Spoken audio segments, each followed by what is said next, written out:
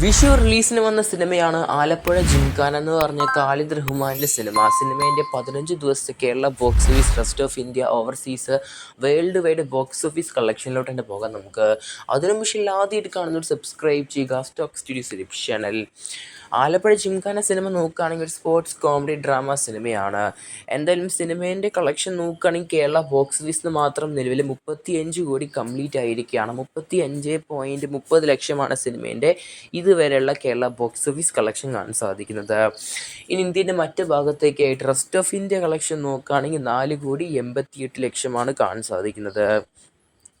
ഇനി ഓവർസീസിലോട്ട് പരിശോധിക്കുകയാണെങ്കിൽ ഓവർസീസ് മാത്രം നിലവിൽ 15 ദിവസം കൊണ്ട് 19.76 കോടിയിലോട്ട് പോവുകയാണ്. നിലവിലെ സിനിമ ഇന്നത്തെ കളക്ഷൻ വരുമ്പോൾ 20 കോടി കംപ്ലീറ്റ് ആകുമായിരിക്കും. അങ്ങനെ ടോട്ടൽ സിനിമ 15 ദിവസം കൊണ്ട് വേൾഡ് വൈഡ് 59.94 കോടി അല്ലെങ്കിൽ 60 കോടി സിനിമ അപ്രോക്സ് ആയിട്ട് കംപ്ലീറ്റ് ആയിരിക്കുകയാണ് 15 ദിവസം കൊണ്ട്. എന്തായാലും സിനിമ 100 കോടിയിലെത്തുമോ എന്ന് കാത്തിരിക്കേണ്ടി വരും നമുക്ക്.